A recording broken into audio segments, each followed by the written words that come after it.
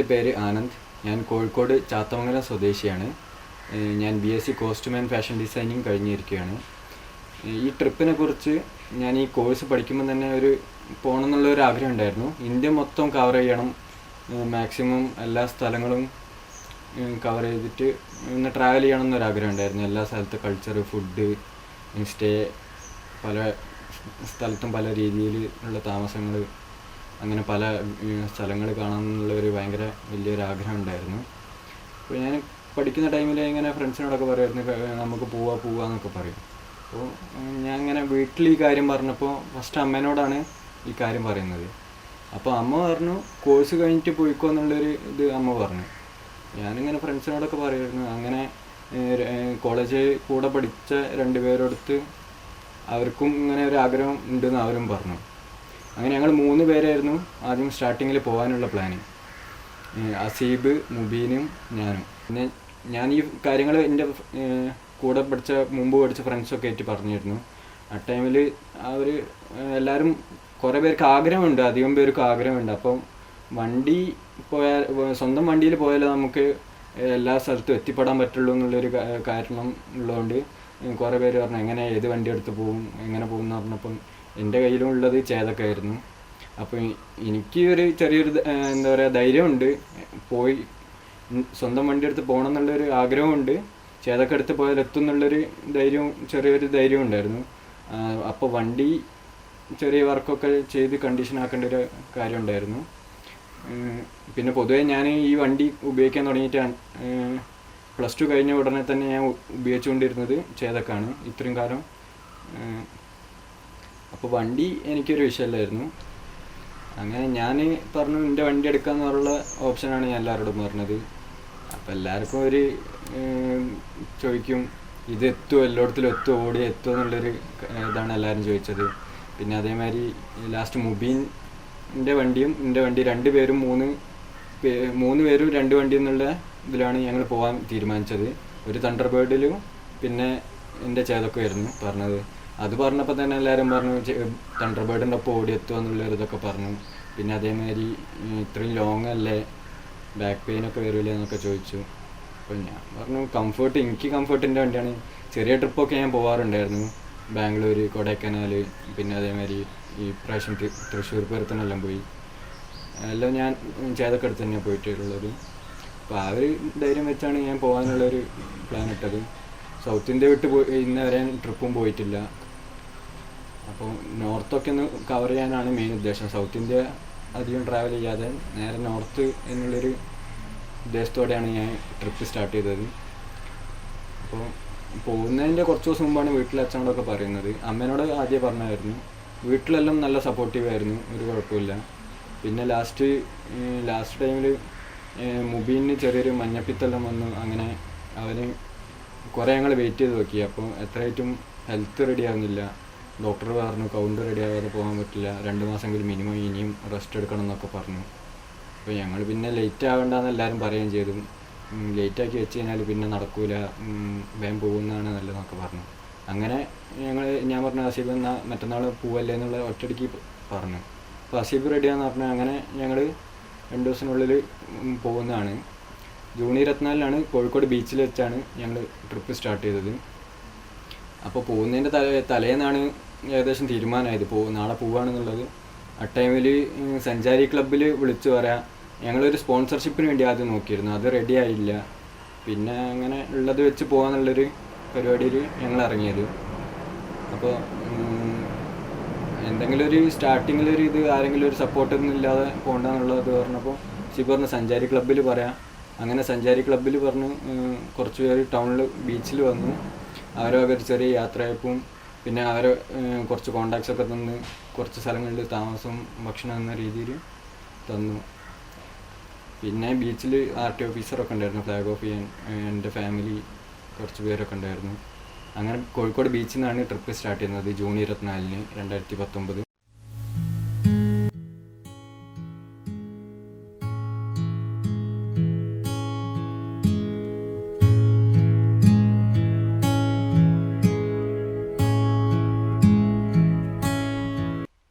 ഇറങ്ങുന്ന ടൈമിൽ എൻ്റെ ഫോണിൻ്റെ ഡിസ്പ്ലേക്ക് ചെറിയ കംപ്ലയിൻറ്റ് വന്നു. പിന്നെ അതേമാതിരി അസീബിൻ്റെ ഫോണിൻ്റെ ഡിസ്പ്ലേ ഒന്നും വർക്കിംഗ് അല്ലായിരുന്നു, ഫുള്ള് ഡെഡായിരുന്നു.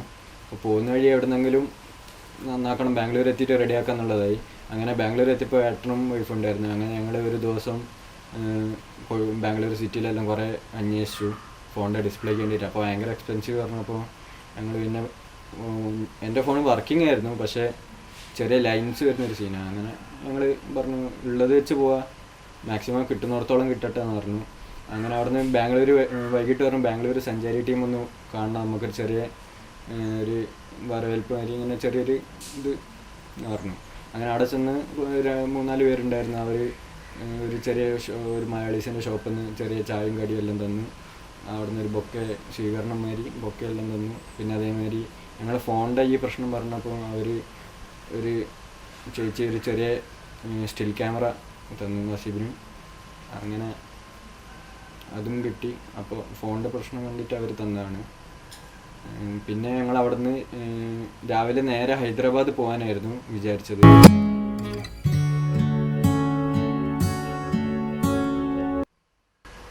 ഈ ട്രിപ്പ് പോകണമെന്നുള്ളൊരു ഇത് പറഞ്ഞ ടൈമിൽ പ്ലാന് കാര്യങ്ങളൊക്കെ എങ്ങനെയാണെന്ന് എല്ലാവരും ചോദിച്ചു. എവിടെ നിന്ന് പോവും, എങ്ങനെ പോവും, എങ്ങനെ താമസമൊക്കെ എങ്ങനെ ചെയ്യും എന്നൊക്കെ പറഞ്ഞപ്പോൾ ആദ്യം ഒരു പ്രശ്നമായിരുന്നു. സ്റ്റാർട്ടിങ്ങിലും ഞങ്ങൾ ട്രിപ്പ് സ്റ്റാർട്ട് ചെയ്ത ടൈമിൽ അതൊരു ചെറിയൊരു പ്രശ്നം മാതിരി ഉണ്ടായിരുന്നു. പിന്നെ ഒരു 2-3 ഫ്രണ്ട്സിൻ്റെ അടുത്തെല്ലാം ചോദിച്ചു, കോണ്ടാക്ട് ചെയ്തു. ഇങ്ങനെ പോയ ആൾക്കാർ, അതേമാതിരി ഏട്ടൻ്റെ ഒരു ഫ്രണ്ട് ഉണ്ട് ഇതേമാതിരി ട്രാവൽ ചെയ്ത ഒരാൾ, ഒരു കോട്ടയംകാരൻ. എല്ലാവരും പറയുന്നത് ഒരിക്കലും ഇന്ന സ്ഥലം എത്തണം എന്നുള്ള ഒരിത് വെച്ചിട്ട് വൈകുന്നേരം ആകുമ്പോഴേക്കും ഇത്ര കിലോമീറ്റർ ഓടി അവിടെ എത്തണം, നാളെ അവിടെ കാണാം, അങ്ങനെയുള്ളൊരിത് എന്താ പറയുക, നമ്മൾ വണ്ടി ആ ടൈമിൽ ഓടി എത്തണം എന്നുള്ള ടൈമിങ് വെച്ച് ഒരിക്കലും ഓടി എത്തരുത്. എപ്പോൾ എത്തുന്നോ എവിടെ എത്തുന്നോ അവിടെ താമസിക്കുക എന്നുള്ളൊരിത് ആണ് എല്ലാവരും പറഞ്ഞത്. അങ്ങനെ എത്തും, അങ്ങനെ അതിന് വേണ്ടിയിട്ട് അപ്പോൾ നമ്മൾ സ്പീഡ് പോകും. ആ ടൈമിലാണ് ആക്സിഡൻറ്റ് കാര്യങ്ങളെല്ലാം കൂടുതൽ വരാൻ ചാൻസ് ഉള്ളത് പറഞ്ഞു. അങ്ങനെ 2-3 ഫ്രണ്ട്സ് എല്ലാം പറഞ്ഞു തന്നു ഒരിക്കലും അങ്ങനെ പോകരുത്. പോയ 2-3 ഫ്രണ്ട്സ് പറഞ്ഞതാണ്. അതേമാതിരി ഞങ്ങൾ ബാംഗ്ലൂരിൽ നിന്ന് രാവിലെ ഹൈദരാബാദ് പോകാനായിരുന്നു പ്ലാന്. ആ ടൈമിൽ ഏട്ടൻ പറഞ്ഞു ബാംഗ്ലൂർ വന്നതല്ലേ, നന്ദി ഹിൽസ് കണ്ടിട്ട് പോയാൽ മതി എന്ന് പറഞ്ഞു. അവർക്ക് എന്തായാലും പോകണമെന്ന് ആഗ്രഹമുണ്ട്. അപ്പോൾ ഏട്ടൻ അങ്ങനെ ഞങ്ങൾ രാവിലെ നേരെ നന്ദി ഹിൽസ് പോയി സൺറൈസ് കാണാൻ വേണ്ടിയായിരുന്നു പോയത്. ഫുള്ള് ഫോഗി ആയിരുന്നു. പിന്നെ അവിടുന്ന് ഇറങ്ങി രാവിലെ ഭക്ഷണം കഴിച്ചു 9 മണിയോടെയാണ് ഞങ്ങൾ ഹൈദരാബാദ് പോകുന്നത്. അപ്പോൾ ഹൈദരാബാദ് എത്തുമെന്ന് ഉറപ്പൊന്നുമില്ല. ബാംഗ്ലൂർ ടു ഹൈദരാബാദ് വലിയ ഹൈവേ ആണ്. പിന്നെ ഡിസ്റ്റൻസും 600ഓളം കിലോമീറ്ററിന് മുകളിലുണ്ട്. രാവിലെ ഇറങ്ങി വൈകിട്ട് എത്തുന്നുള്ളൊരു പ്രതീക്ഷ ഇല്ലാതെയാണ് ഞങ്ങൾ പോകുന്നത്. ടൈമിൽ പോകുന്ന ഹൈവേയിൽ കാര്യമായിട്ട് കാണാനോ ഒന്നുമില്ല, എടുത്ത് കാണാൻ പറ്റിയ സ്ഥലങ്ങളൊന്നും ഇല്ല എന്നാണ് വിചാരിച്ചത്. പിന്നെ ഞങ്ങൾ പോകാനുള്ള പ്ലാനായി. രാവിലെ 9 മണിയോടെ സ്റ്റാർട്ട് ചെയ്തു. അങ്ങനെ പെട്രോളൊക്കെ അടിച്ച് ഫുൾ ടാങ്ക് ആക്കും. ചെറിയ ടാങ്ക് അതിൻ്റെ ഇടയ്ക്കിടയ്ക്ക് പെട്രോൾ അടിക്കേണ്ട ഒരു ഇഷ്യൂ ഉണ്ടായിരുന്നു. 6 ലിറ്ററോളം ടാങ്ക് കപ്പാസിറ്റി ഉള്ളൂ. അങ്ങനെ ട്രിപ്പ് പോകുമ്പോൾ അങ്ങനെ ഒരു പ്രശ്നം ഉണ്ടായിരുന്നു. ലേന്ന് ആ ഒരു റൂട്ടിൽ 365 കിലോമീറ്ററോളം പമ്പില്ലാത്തൊരു സ്ഥലം ഉണ്ടായിരുന്നു. അതിന് വേണ്ടിയിട്ട് ഒരു ഫ്രണ്ട് പെട്രോളും ക്യാരി ചെയ്യാൻ വേണ്ടിയിട്ട് 10 ലിറ്ററിൻ്റെ ഒരു ക്യാനെല്ലാം കാരിയറും അതേമാതിരി ടെൻറ്റ് വെക്കാനുള്ളൊരു കാരിയർ ചെയ്തു തന്നു ടൗണിൽ ഇൻഡസ്ട്രിയിൽ നിന്ന്. അതെല്ലാം വെച്ചാണ് ഞങ്ങൾ പോകുന്നത്. അങ്ങനെ ഞങ്ങൾ രാവിലെ ഹൈദരാബാദ് ഹൈവേയിൽ സ്റ്റാർട്ട് ചെയ്തു. പോകുന്ന വഴിയിലെല്ലാം ഭയങ്കര വെയിലായിരുന്നു. അപ്പോൾ ഇടയ്ക്കുണ്ട് ഒരു ഹെൽമെറ്റ് വന്നിങ്ങനെ എൻ്റെ ഹെൽമെറ്റിന് വന്ന് അടിക്കും. അപ്പോൾ നോക്കുമ്പോൾ അസീബ് ഉറങ്ങി ഇങ്ങനെ വന്ന് അടിക്കുന്നതായിരുന്നു. വെയിൽ കൊണ്ട് ഭയങ്കര ക്ഷീണമായിരുന്നു. അങ്ങനെ അത് അസീബ് അതേമാതിരി വൈകിട്ട് സഞ്ചാരിൻ്റെ പേജിൽ ഡയറി ചെയ്ത് ഇടാറുണ്ടായിരുന്നു. ആ ടൈമിൽ ഇങ്ങനെ എല്ലാവരും പറയും ഒരിക്കലും ഇങ്ങനെ ട്രാവൽ ചെയ്യരുത്, ശ്രദ്ധിക്കണം. ഞങ്ങൾ അങ്ങനെ ഉറക്കം വരുമ്പോൾ അസീബിനോട് പറയുന്നാൽ അസീബ് നിർത്താൻ പറയും. അങ്ങനെ ഞങ്ങൾ സൈഡാക്കിയിട്ട് ഏതെങ്കിലും മരത്തിൻ്റെ അടിയിലൊക്കെ സൈഡാക്കി അവിടെ നിലത്ത് കിടന്ന് കുറച്ച് നേരം വിശ്രമിച്ചിട്ടാണ് കണ്ടിന്യൂ ചെയ്യാറ്. ആ ഒരു ഇഷ്യൂ ഉണ്ടായിരുന്നു. മുഖത്ത് കാറ്റടിക്കും, നല്ല ചൂട്. ഹൈവേ ആകുമ്പോൾ തണലും കാര്യമൊന്നും ഉണ്ടാവില്ല. റോഡിൻ്റെ ചൂടടിച്ചിട്ട് നല്ല ക്ഷീണം വരും. അപ്പോൾ ഭക്ഷണമൊന്നും അധികം കഴിക്കാൻ തോന്നില്ല. വെള്ളം ദാഹമായിരിക്കും ഉണ്ടാവുക. വെള്ളം നല്ലോണം കുടിക്കണം. അത് ഞാൻ എപ്പോഴും പറയുകയും ചെയ്യും അസീബിനോട്, കുറച്ച് വെള്ളം കുടിക്കുന്നത് കുറവുണ്ട്. അങ്ങനെ ഞങ്ങൾ എങ്ങനെ രാത്രി 10 മണിയോടെ ഞങ്ങൾ ഏകദേശം ഹൈദരാബാദ് എത്തി. 600 കിലോമീറ്ററോളം അന്ന് കവർ ചെയ്തു. ഫസ്റ്റ് ആദ്യമായിട്ടായിട്ടാണ് ഞാൻ ലൈഫിൽ ഇത്രയും കിലോമീറ്റർ പെർ ഡേ ട്രാവൽ ചെയ്യുന്നത്. മീൻസ് ചേതക്കിൽ അപ്പോൾ അതൊരു ഫസ്റ്റ് എക്സ്പീരിയൻസ് ആയിരുന്നു. പിന്നെ അങ്ങനെ അത് കഴിഞ്ഞതിന് ശേഷം കുറേ അങ്ങനെ ചെയ്യാൻ പറ്റിയിട്ടുണ്ട്. രാത്രി അവിടെ എത്തിയ ടൈമിൽ ഒരു ഫ്രണ്ടിൻ്റെ ബ്രദർ ഞാൻ വിളിച്ചിരുന്നു. അപ്പോൾ അവർ റൂമെല്ലാം ബുക്ക് ചെയ്ത് തന്നിരുന്നു. അതുകൊണ്ട് ചെന്നപാട് റൂമെല്ലാം കിട്ടി. സിറ്റിയിൽ കുറച്ച് ചുറ്റേണ്ടി വന്നു. മാപ്പും കാര്യമൊന്നും ക്ലിയർ അല്ലാത്തതുകൊണ്ട് മാപ്പ് നോക്കാനുള്ളൊരിത് എയിമൊന്നുമില്ലായിരുന്നു ശരിക്കും. അങ്ങനെ ചെറിയൊരു ഇഷ്യൂ എല്ലാം വന്നു. രാത്രി ലേറ്റ് ആയിട്ടാണെങ്കിലും കുറച്ച് ലേറ്റ് ആയിട്ടാണെങ്കിലും സുഖമായിട്ട് അവിടെ എത്തി. താമസമെല്ലാം കിട്ടി. അപ്പോൾ അവിടുത്തെ താമസം അങ്ങനെ കിട്ടി. പിന്നെ അടുത്തത് എങ്ങനെയാണെന്നുള്ളൊരു അറിയില്ലായിരുന്നു. താമസം എങ്ങനെ നോക്കണമെന്ന്. അങ്ങനെയാണ് ഏട്ടൻ പറഞ്ഞിരുന്നത്, ഒരു ഓൺലൈൻ സൈറ്റ് ഉണ്ട്, അടിച്ചു കഴിഞ്ഞാൽ ചീപ്പായിട്ട് ഹോട്ടൽസ് എല്ലാം കിട്ടുമെന്ന് പറഞ്ഞു. പിന്നീടുള്ള ദിവസങ്ങളൊക്കെ കുറേയൊക്കെ അങ്ങനെ എടുത്തിരുന്നു ഹോട്ടൽസ്. അതേമാതിരി ചില സ്ഥലങ്ങളിലെല്ലാം ആൾക്കാരാകെ സ്റ്റേ എല്ലാം കിട്ടിയിരുന്നു. ഈ ട്രിപ്പ് കഴിഞ്ഞ് ഞങ്ങൾ ഏകദേശം ഈ ഹൈദരാബാദ് എത്തുന്ന ടൈമിൽ പലരും കോൺടാക്ട് ചെയ്യുമായിരുന്നു. ഇങ്ങനെ ഫേസ്ബുക്കിൽ ഞങ്ങളുടെ പോസ്റ്റ് കണ്ടിട്ട് നിങ്ങൾ ട്രാവൽ ചെയ്യുമ്പോൾ ഞങ്ങൾ ഇന്ന സ്ഥലത്ത് ഞങ്ങളുണ്ട്, നിങ്ങൾ ഇവിടെ വരണം, സ്റ്റേ തരാം, ഓരോ ക്ലബും ടീമും ഒക്കെ ആയിട്ട് വിളിക്കുമായിരുന്നു. അങ്ങനെയെല്ലാം താമസം ഭക്ഷണമെല്ലാം കിട്ടിയിട്ടുണ്ട് ഞങ്ങൾക്ക് പല സ്ഥലത്തും. അങ്ങനെ ഹൈദരാബാദ് എത്തിയ ടൈമിൽ നിന്ന് അന്ന് രാത്രി അവിടെ റെസ്റ്റ് എടുത്തു. രാവിലെ എണീച്ചിട്ട് ഞങ്ങൾ ഗോൽക്കൊണ്ട ഫോർട്ട്, ചാർമിനാറെല്ലാം പോയി. Hyderabad first day. പിന്നെ അതേമാതിരി സെക്കൻഡ് ഡേ അടുത്ത ദിവസം നമുക്ക് പോകാമെന്നായിരുന്നു പറഞ്ഞത്, മീൻസ് വിശാഖപട്ടണത്തേക്ക്. ആ ടൈമിൽ പിന്നെ പറഞ്ഞു ഇത്രയും ദൂരം വന്നതല്ലേ, ഫിലിം സിറ്റി കണ്ടിട്ട് പോകാമെന്ന് പറഞ്ഞു. അങ്ങനെ കോസ്റ്റ് കുറച്ച് അധികമാണെങ്കിൽ നമുക്ക് ഇനി ചിലപ്പം പറ്റിയില്ലെങ്കിലോ വരാൻ പറ്റിയില്ലെങ്കിലോ പറഞ്ഞു. അങ്ങനെ ഞങ്ങൾ ഫിലിം സിറ്റി പോയി.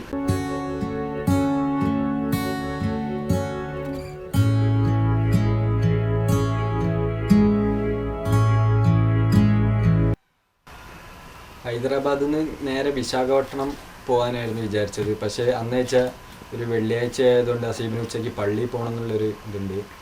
ഇപ്പം നമ്മൾ ഇതിലും ഹൈദരാബാദ് പോയതിനെക്കാട്ട് കുറച്ചും കൂടി കിലോമീറ്റർ, മീൻസ് 600-ലധികം കിലോമീറ്റർ വരുന്നുണ്ട് വിശാഖപട്ടണത്തേക്ക്.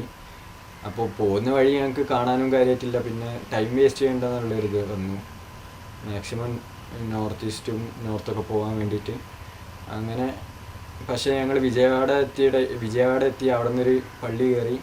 അപ്പോൾ ട്രാവൽ ചെയ്യുമ്പോൾ ഭയങ്കര ചൂടായിരുന്നു. അപ്പോൾ ഭയങ്കര ക്ഷീണം വന്നു. അങ്ങനെ അന്ന് അവിടെ റൂമെടുത്ത് വിജയവാഡ കാണാമെന്ന് വിചാരിച്ചു. പക്ഷേ ഉച്ചയ്ക്ക് ഞങ്ങൾ അവിടെ റൂമിൽ കിടന്നുറങ്ങിപ്പോയി. പള്ളിയെല്ലാം കഴിഞ്ഞ് ഭക്ഷണം കഴിഞ്ഞ് പിന്നെ വൈകിട്ട് ജസ്റ്റ് എണീച്ചു വിജയവാഡ സിറ്റിയൊക്കെ ഒന്ന് കണ്ടു. ഒരു വലിയ പവർ പ്ലാന്റും ഒക്കെ ഉണ്ട്, വലിയ ഒരു പുഴ. വൈകിട്ട് അവിടെ എല്ലാം പോയിരുന്നു, പാർക്കെല്ലാം കണ്ടു. പിന്നെ അങ്ങനെ അവിടെ നിന്ന് പിറ്റേന്ന് രാവിലെ വിശാഖപട്ടണത്തേക്കാണ് പോയത്. അങ്ങനെ വിശാഖപട്ടണം ഏകദേശം ഞങ്ങൾ വൈകിട്ടാണ് എത്തുന്നത്. അങ്ങനെ പിറ്റേന്ന് ഞങ്ങൾ വിജയവാഡയിൽ നിന്ന് വിശാഖപട്ടണം പോകാൻ വിചാരിച്ചു. അങ്ങനെ രാവിലെ ഇറങ്ങി വൈകിട്ടാകുമ്പോഴേക്ക് ഏകദേശം 4 മണി 5 മണി ആ ടൈം ആയപ്പോഴേക്ക് ഞങ്ങൾ വിശാഖപട്ടണത്തെത്തി. അവിടെ ഒരു അറിയുന്ന നാട്ടിലുള്ളൊരു ആളുണ്ടായിരുന്നു. അവിടെ നേവീൻ്റെ ഇതിൽ കീഴിൽ നേവിയിൽ വർക്ക് ചെയ്യുന്ന ഒരു ആളുണ്ടായിരുന്നു അറിയുന്നത്. അങ്ങനെ വെയിറ്റ് ചെയ്തു. അവർ വർക്ക് കഴിഞ്ഞ് വരുന്നവരെ വെയിറ്റ് ചെയ്ത് നിന്നിട്ട് അവർ കൂടെ വന്ന് അവരെ റൂമിലെല്ലാം പോയി.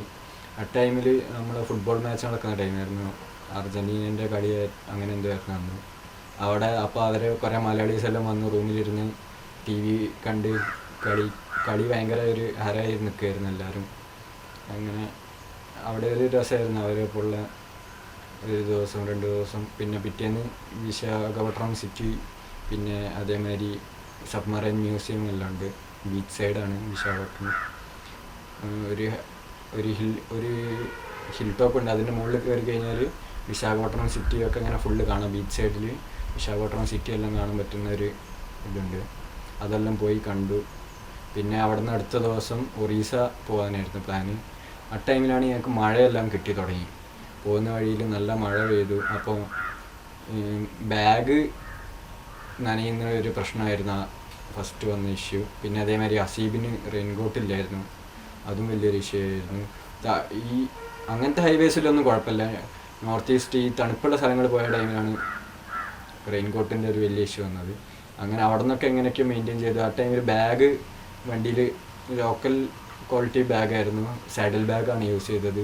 ലഗേജ് കീപ്പ് ചെയ്യാൻ വേണ്ടിയിട്ട് ഇരിക്കുകയും ചെയ്യാം ബാഗിൻ്റെ മുകളിൽ, അതുകൊണ്ട് സാഡിൽ ബാഗായിരുന്നു യൂസ് ചെയ്തത്. അപ്പോൾ ലോ ക്വാളിറ്റി ആയതുകൊണ്ട് അത് കീറി തുടങ്ങിയിരുന്നു.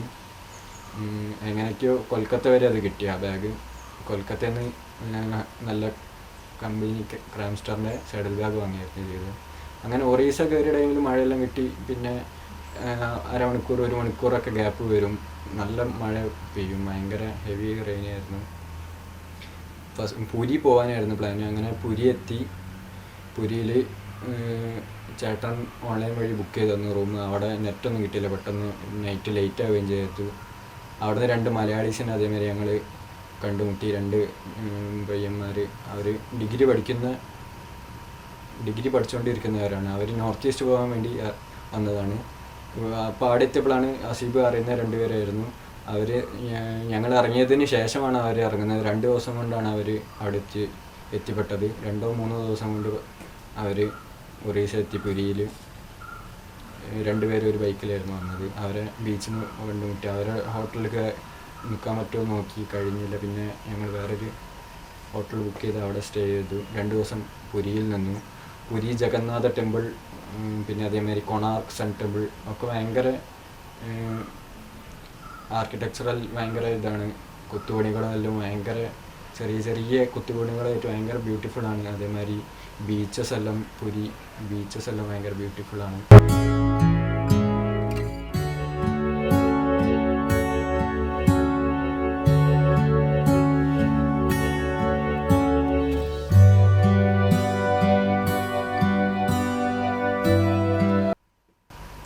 അങ്ങനെ പുരി ജഗന്നാഥ ടെമ്പിൾ അതൊക്കെ കണ്ടു.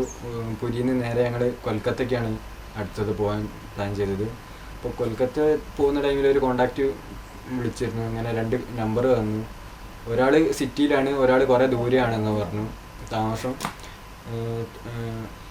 അപ്പോൾ സിറ്റിയിലുള്ള അവരെ അടുത്ത് ചെന്നപ്പോൾ അവർ രാത്രി ലേറ്റ് ആയി. ഞങ്ങൾ ചെല്ലുമ്പോൾ പോകുന്ന വഴി നല്ല മഴയെല്ലാം കിട്ടി കയറി നിന്ന് ഭക്ഷണമെല്ലാം കഴിച്ചിട്ടാണ് പിന്നെ ഞങ്ങൾ പോകുന്നത്.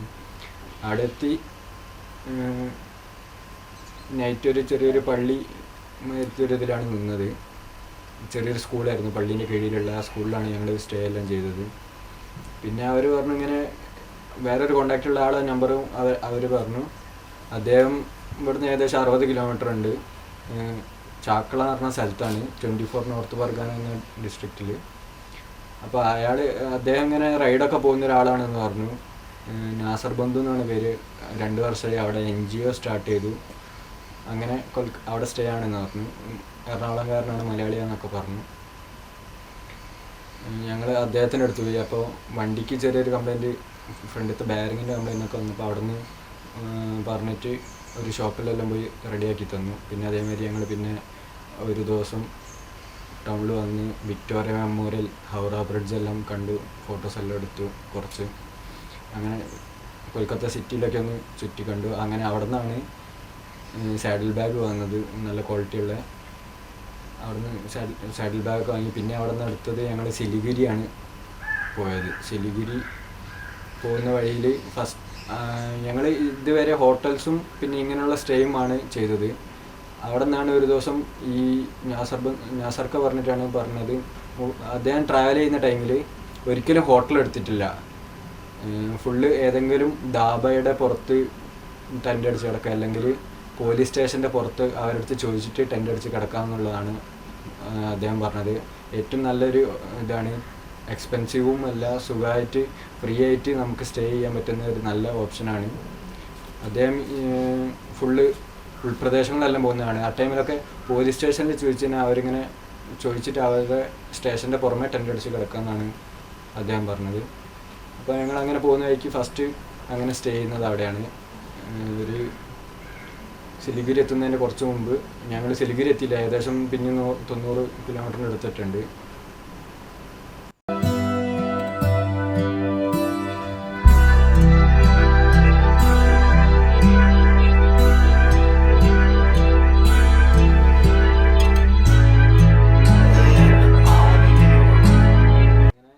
സിലിഗുരി എത്തുന്നതിൻ്റെ കുറച്ച് മുമ്പ് ഞങ്ങൾ ഒരു ധാബയിൽ ചോദിച്ചു. അങ്ങനെ അവർ പറഞ്ഞു നിങ്ങൾ കിടന്നോളി, അവർ ഇത്ര ടൈം ആകുമ്പോൾ ക്ലോസ് ചെയ്യും, ആ ടൈമിൽ നിങ്ങൾക്ക് അവിടെ ധാബയുടെ പുറമെ ചെറിയ ഇങ്ങനെ റോപ്പ് ചെയ്തിട്ടുള്ള കട്ടിലുണ്ടാവും. അങ്ങനെ അതെല്ലാം ഇട്ടെന്ന് അങ്ങനെ അവിടെ സ്റ്റേ ചെയ്തു.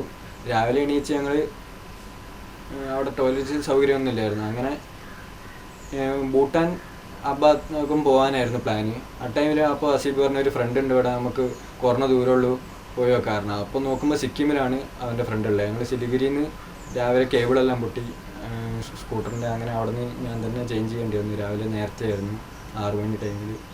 അപ്പോൾ അവിടെ നിന്ന് ചേഞ്ച് ചെയ്ത് അങ്ങനെ പറഞ്ഞ സിക്കിം അവിടെ ഫ്രണ്ട്സ് ഉണ്ട്, നമുക്ക് എന്നാലും ടോയ്ലറ്റിലൊക്കെ പോകാനും കുളിച്ച് മാറ്റി ഫ്രഷ് ആകാനൊക്കെ സുഖമായിരിക്കും, രാത്രിയൊക്കെ ഇങ്ങനെ ട്രാവൽ ചെയ്ത് വന്നല്ലേ. അങ്ങനെയാണ് സിക്കിം പോകുന്നത്. സിക്കിം പോയി അവർ അവിടെ സിക്കിം മണിപ്പാൽ യൂണിവേഴ്സിറ്റി ഹോസ്പിറ്റലിൽ വർക്ക് ചെയ്യുന്ന 2 പേരായിരുന്നു. വീണ്ടും അപ്പം നാട്ടിൽ ചെറിയ വർക്കിനെല്ലാം കൂടെ വന്നുള്ള പരിചയമാണ്. അങ്ങനെ അവരെ റൂമിലെത്തി അവർ കണ്ടു. സിക്കിം കയറുമ്പോൾ അതേമാതിരി ഒരു മലയാളി പട്ടാളക്കാരൻ എല്ലാം ഉണ്ടായിരുന്നു. അവർ ചോദിച്ചു എങ്ങോട്ടാണ് വരുന്നത്, എങ്ങോട്ടാ യാത്ര എന്നൊക്കെ ചോദിച്ചു. അങ്ങനെ പല വഴിക്ക് മലയാളീസിനെ ഞങ്ങൾ കണ്ടുമുട്ടിയിട്ടുണ്ട് ഈ ട്രിപ്പിൻ്റെ ഇടയിൽ. അങ്ങനെ സിക്കിമിൽ അവരൊപ്പം സ്റ്റേ ചെയ്ത് അവർ അവിടെ എത്തിയിട്ട് ആകെ ഒരാഴ്ച 2 ആഴ്ച ആയിട്ടുള്ളൂ. അവർക്ക് കമ്പനി റൂമായിരുന്നു. അവിടെ ഫുഡൊക്കെ അവർ തന്നെ കുക്ക് ചെയ്ത് കഴിക്കുമായിരുന്നു. പിന്നെ ഒരു കർണാടകക്കാരനും ഉണ്ടായിരുന്നു, കന്നഡക്കാരൻ, അവരൊപ്പം വർക്ക് ചെയ്യുന്ന ഒരാളുണ്ടായിരുന്നു. ഒരു ദിവസം പിന്നെ അവർ വർക്കെല്ലാം കഴിഞ്ഞാൽ ഞങ്ങൾ നൈറ്റ് ഗാങ്ടോക്ക് സിറ്റിയിലെല്ലാം പോയി. ഗാങ്ടോക്ക് സിറ്റിയെല്ലാം കണ്ടു. നല്ല നീറ്റും ക്ലീനും ആയിട്ടുള്ളൊരു സിറ്റിയാണ് ഗാങ്ടോക്ക്. ഒരു ഫോറിൻ രാജ്യത്തുള്ള ഇതൊക്കെ കാണുന്ന രീതിയിലുള്ള ഒരു നല്ലൊരു സിറ്റിയാണ് ഗാങ്ടോക്ക് സിക്കിമിൽ. പിന്നെ അന്ന് അവിടുന്ന് പുറത്തുനിന്ന് ചെറിയ ഫുഡെല്ലാം കഴിച്ചു. അവിടുത്തെ ഈ നോർത്ത് ഈസ്റ്റൊക്കെ പോയി കഴിഞ്ഞാൽ അവിടുത്തെ മെയിൻ ലോക്കൽ ഫുഡായിട്ടുള്ള ഒരു ഐറ്റമാണ് മോമോസ് എന്ന് പറയുന്ന സാധനം.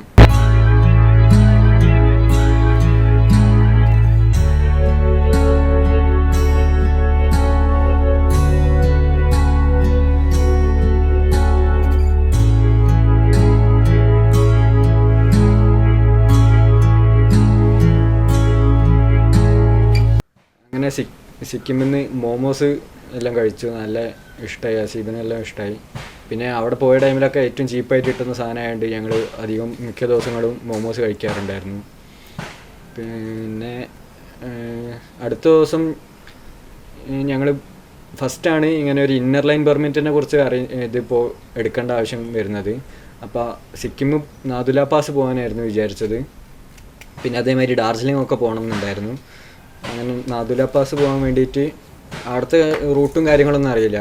അപ്പോൾ നാളെ പോയിട്ട് നമുക്ക് ഇത് എടുക്കാമെന്ന് പറഞ്ഞു, പെർമിറ്റ് എടുക്കാമെന്ന്. അങ്ങനെ രാവിലെ വൈകിട്ട് ആ ഓഫീസെല്ലാം കണ്ടു വെച്ച് രാത്രി ഇല്ല. അപ്പോൾ രാവിലെ നേരത്തെ പോയി എടുക്കാമെന്ന് വിചാരിച്ച് അങ്ങനെ രാവിലെ ചെന്നപ്പം പറയുന്നത് നിങ്ങളുടെ വണ്ടി സ്വന്തം പേരിലല്ലാത്തതുകൊണ്ട് വിടില്ല, വണ്ടി അച്ഛൻ്റെ പേരിലായിരുന്നു. അപ്പോൾ ഒരു ഓതറൈസേഷൻ ലെറ്റർ എല്ലാം വേണമെന്ന് പറഞ്ഞു. സ്വന്തം പേരിൽ വണ്ടി ഉണ്ടെങ്കിൽ വിടുള്ളൂ, അല്ലെങ്കിൽ നോട്ടറിനെ കൊണ്ട് എഴുതിയിട്ടുള്ള ഒരു ഓതറൈസേഷൻ ലെറ്റർ, ഈ വണ്ടീൻ്റെ ഓണർ നിങ്ങളുടെ പേരിൽ എഴുതുന്നതായിട്ടുള്ള ഒരു ലെറ്റർ വേണമെന്ന് പറഞ്ഞു. അങ്ങനെ നാട്ടിൽ വിളിച്ചു പറഞ്ഞു. അന്നേരം അച്ഛൻ ഫ്രീ ആയതുകൊണ്ട് സുഖമായിട്ട് അച്ഛൻ ഒരു നോട്ടറിൻ്റെ അടുത്ത് പോയി ലെറ്ററെല്ലാം എഴുതി ഫോട്ടോ എടുത്ത് വാട്സപ്പ് ചെയ്തു. അങ്ങനെ അതെല്ലാം അവിടെ പ്രിൻ്റ് എടുത്ത് കൊടുത്തു. പക്ഷേ പേപ്പർ വർക്കെല്ലാം ഭയങ്കര സ്ട്രിക്റ്റ് ആയിരുന്നു. അവർ പറഞ്ഞു ഇത് സ്കൂട്ടറൊന്നും വിടില്ല, അതുകൊണ്ട് നിങ്ങൾക്ക് പോകാൻ പറ്റില്ല എന്ന് പറഞ്ഞു. അപ്പോൾ ഞങ്ങൾ അന്നേരം രാവിലെ ഒരാളെ പരിചയപ്പെട്ടിരുന്നു. അദ്ദേഹം ഏകദേശം 40 ദിവസത്തിലധികമായി ട്രാവൽ ചെയ്യുന്നു, ഒറ്റയ്ക്കാണ് ട്രാവൽ ചെയ്യുന്നത്. ബാംഗ്ലൂർ IBM വർക്ക് ചെയ്യുന്ന ഒരാളായിരുന്നു. ഏകദേശം ഇന്ത്യയിലെ എല്ലാ സ്റ്റേറ്റും കവർ ചെയ്ത് ട്രാവൽ ചെയ്യുമായിരുന്നു. അങ്ങനെ അവിടുന്ന് മൂപ്പര് അവിടുത്തെ ലോക്കലായിരുന്നു, ജനിച്ച് വളർന്ന് ഡാർജിലിംഗ് ആണ്, അതുകൊണ്ട് അവിടുത്തെ ലോക്കൽ ലാംഗ്വേജ് എല്ലാം അറിയാം. അങ്ങനെ മൂപ്പരെ ഹെൽപ്പോടെ ഞങ്ങൾ അവിടെ നിന്ന് ഒരു ദിവസം ഫുള്ള് പേപ്പർ വർക്കിന് വേണ്ടി 2 പേരും ഞങ്ങൾ ചിലവഴിച്ചു. അങ്ങനെ ഒരു ദിവസം അതിനു വേണ്ടി വേസ്റ്റ് ചെയ്തു. പിന്നെ അതേമാതിരി വൈകിട്ട് ഞങ്ങൾ അദ്ദേഹത്തിൻ്റെ ഒപ്പമാണ് താമസിച്ചത്. എന്നിട്ട് രാവിലെ നേരത്തെ എണീച്ച് ഇവിടെ വന്ന് പേപ്പർ വർക്ക് ചെയ്തു. എന്നിട്ട് ഞങ്ങൾ പ്ലാൻ എങ്ങനെയായിരുന്നു വെച്ചാൽ നാഥുല പാസ്, ബാബ മന്ദിർ, ഓൾഡ് സിൽക്ക് റൂട്ടെല്ലാം പോയി തിരിച്ച് ഭൂട്ടാനിലേക്ക് പോകാനാണ് ചെയ്തത്. അപ്പോൾ തിരിച്ച് സിക്കിം ഞങ്ങൾ വരില്ല. അപ്പോൾ ഞങ്ങൾ ബാഗൊക്കെ പാക്ക് ചെയ്ത് അങ്ങനെ അദ്ദേഹത്തിൻ്റെ ഒപ്പം ഒരുമിച്ച് ഇറങ്ങി. അദ്ദേഹത്തിനൊപ്പം പോയതുകൊണ്ട് കുറച്ച് ഫാസ്റ്റായിട്ടാണ് പോയത്. ആ ഒരു പോർഷൻ ഫുള്ള് കവർ ചെയ്യാൻ വേണ്ടിയിട്ടായിരുന്നു. അദ്ദേഹത്തിന് പിന്നെയും കൂടുതൽ ട്രാവൽ ചെയ്ത് വേറൊരു സ്ഥലത്തെത്താനായിരുന്നു വിചാരിച്ചത്. ഞങ്ങൾ പോകുന്ന വഴി സിക്കിമെല്ലാം നല്ല കുഴപ്പമില്ലാത്ത റൂട്ടായിരുന്നു. ഒരു ചെറിയൊരു പോർഷനിൽ മാത്രമാണ് അസീബ് ഇറങ്ങേണ്ടി വന്നത്. ഒരു ചെറിയൊരു കയറ്റം മാത്രം, ബാക്കി ഫുള്ള് നല്ല റോഡായിരുന്നു, കുഴപ്പമൊന്നുമില്ല, സുഖമായിട്ട് ട്രാവൽ ചെയ്ത് പോയി. അവിടെ ആ ടൈമിൽ ഏറ്റവും ചൂടുള്ള ടൈമാണെന്നാണ് പറഞ്ഞത്, മീൻസ് ഐസൊന്നുമില്ല. സിക്കിം ഞങ്ങൾ പിന്നെ പോകുന്നത് ഓൾഡ് സിൽക്ക് റൂട്ട്, ബാബ മന്ദിർ, പിന്നെ അതേപോലെ നാഥുല പാസ്സാണ് അവിടുത്തെ വലിയ പാസ്. ആ നാഥുല പാസിൻ്റെ ടോപ്പിലാണ് ഇന്ത്യ ചൈന ബോർഡർ വരുന്ന ഒരു സ്ഥലമുണ്ട്. നമുക്ക് ചൈന ബോർഡറൊക്കെ കാണാം. ചൈനീസ് ആൾക്കാരുണ്ടാവും അപ്പുറത്തെ സൈഡിൽ. നമ്മൾ ഒരു ബൗണ്ടറി പോലെ ഒരു സ്ഥലത്ത് പോയി നിൽക്കും. അവിടെ ഫോട്ടോഗ്രാഫിയൊക്കെ റെസ്ട്രിക്റ്റഡ് ആണ്. അതേമാതിരി അവിടെ നിന്ന് കുറച്ച് അത് കഴിഞ്ഞ് ഒരു കുറഞ്ഞ കിലോമീറ്റർ ഡീവിയേറ്റ് ചെയ്തിട്ട് വേണം ഈ ചൈന ബോർഡർ പോകുന്നത്. അത് കഴിഞ്ഞ് തിരിച്ച് വന്ന് 5 കിലോമീറ്റർ അങ്ങനെ എന്തോ ചെറിയ ഡിഫറൻസ് ആണ്. എന്നിട്ട് റിട്ടേൺ വന്ന് ആ റൂട്ടിൽ തന്നെ കുറച്ച് മുമ്പോട്ട് പോകുമ്പോഴാണ് ബാബ മന്ദിർ ഉള്ളത്. അത് അവിടെ നിന്ന് നമുക്ക് ഫ്രീ ആയിട്ട് ചായ എല്ലാം കിട്ടും ആ സ്ഥലത്ത് വെച്ച്. പിന്നെ അത് കഴിഞ്ഞ് അടുത്തതാണ് ഓൾഡ് സിൽക്ക് റൂട്ട്. ഹിസ്റ്ററിയിലെല്ലാം വരുന്നൊരു സംഭവമാണ്, പഴയ കാലത്തെ സിൽക്ക് കടത്തിയിരുന്ന ഒരു വഴി എന്നത്. പക്ഷെ അത് നമുക്ക് എന്താ കാണാൻ പറ്റിയില്ല. കാരണം എന്താ വെച്ചാൽ ഫുള്ള് മഞ്ഞ് മൂടിയിട്ട് തൊട്ട് അടുത്തുള്ള ഒരു ഡിസ്റ്റൻസ് വരെ കാണാൻ പറ്റാത്ത അവസ്ഥയായിരുന്നു. ഫുള്ള് മഞ്ഞ് ഇങ്ങനെ ഫോഗ് ഭയങ്കര ഹൈ ആയിട്ട് ബ്രീത്ത് ചെയ്യുമ്പോഴൊക്കെ ഇത് മാസ്ക് ഇട്ടില്ലെങ്കിൽ ഫുള്ള് വെള്ളമെല്ലാം ബ്രീത്ത് ചെയ്യുന്ന മാതിരി ഫുള്ള് നനഞ്ഞിരുന്നു. മാസ്കൊക്കെ വെച്ച ടൈമിൽ മാസ്ക് ഫുള്ള് നനഞ്ഞ്, ഹെൽമെറ്റ് ഫുൾ കവേർഡ് ഹെൽമെറ്റ് വേണ്ടിയിരുന്നു. ഒക്കെ ഭയങ്കര ഫുള്ള് മഞ്ഞ് ഇങ്ങനെ തുള്ളി തുള്ളി നിറച്ച് നമ്മൾ മോയ്സ്ചറായിരിക്കും ഫുള്ള്. എയറിൽ ബ്രീത്ത് ചെയ്യാനൊന്നും കഴിയില്ല. ബ്രീത്ത് ചെയ്യുമ്പോൾ വെള്ളം ഇങ്ങനെ കയറുന്നൊരവസ്ഥയാണ്. അപ്പോൾ ഭയങ്കര ഡിഫിക്കൽട്ടായിരുന്നു. അവിടുന്ന് പിന്നെ ഇറങ്ങി ഞങ്ങൾ ആ ടൈമിൽ താഴെ എത്തിയ ടൈമിൽ മൂപ്പര് പറഞ്ഞു കുറച്ചും കൂടി മൂപ്പർക്ക് ഇനിയും പോകണം, നാളെ വേറൊരു സ്ഥലത്തെത്തിയിട്ട് അവിടെ നിന്ന് മൂപ്പര് പണ്ട് പഠിച്ച സ്കൂളിൽ പോകണം എന്നൊക്കെ പറഞ്ഞു. അങ്ങനെ പോകാമെന്ന് പറഞ്ഞു അദ്ദേഹം പോയി. ഞങ്ങളവിടെ ഒരു സ്ഥലത്ത് എത്തി. രാത്രി പോകുന്ന വഴിക്ക് രാത്രി ആവാനായി തുടങ്ങി, ഇരുട്ടായി തുടങ്ങിയ ടൈമിൽ തന്നെ ഫുള്ള് താഴേക്ക് എത്തിയ ടൈമിൽ റോഡ് ആദ്യമായിട്ട് മോശം റോഡ് കിട്ടുന്നത് അവിടെ നിന്നാണ്. ഫുള്ള് ചളിയൊക്കെ ആയിട്ട് തീരെ മോശം റോഡ് ഫസ്റ്റ് കിട്ടുന്നത് അവിടെ നിന്നാണ്. അവിടെ നിന്ന് ഇങ്ങനെ പോകുന്ന ടൈമിൽ ഫുള്ള് ഈ റോഡിലൊന്നും അധികം വണ്ടികളൊന്നും ഉണ്ടാവില്ല. ഇടയ്ക്ക് ഒരു 5 മിനിറ്റ് 10 മിനിറ്റ് കൂടുമ്പോൾ ഒരു വണ്ടിയൊക്കെ പാസ് ചെയ്ത് പോയാലായി. അങ്ങനെയാണ് ഫുള്ള് റൂട്ടിലെല്ലാം വണ്ടി തീരെ ഇല്ലാത്ത റൂട്ട്സാണ് ഇതൊക്കെ. ഓഫ് സീസണുമാണ്, പക്ക ഓഫ് സീസണാണ് എല്ലാ സ്ഥലത്തും ആ ടൈമിലൊക്കെ. അങ്ങനെ അവർ പറഞ്ഞ് അതാണ് ഇത്രയും ആൾ കുറവും. സീസൺ എന്ന് പറഞ്ഞാൽ മഞ്ഞുള്ള ടൈമിലാണ്. ആ ടൈമിൽ സ്വന്തം വണ്ടി കൊണ്ട് നമുക്ക് പോകാൻ കഴിയില്ല. അവരെ ടാക്സീസ് ഉണ്ടാവും, സുമോസ്, ടയറിന് ചെയിൻ ഇട്ടിട്ട് ഐസിലൂടെ അവർ പോകുന്നത്. അപ്പോൾ 2 വീലേഴ്സ് ആ ടൈമിലൊന്നും വിടില്ല. ഈ ടൈമാണ് 2 വീലേഴ്സ് പോകാൻ കഴിയുന്ന ഒരു സമയം നോക്കിയിട്ടാണ് ഞങ്ങൾ ഈ ടൈം ചൂസ് ചെയ്തത് ട്രിപ്പ് പോകാൻ വേണ്ടിയിട്ട്.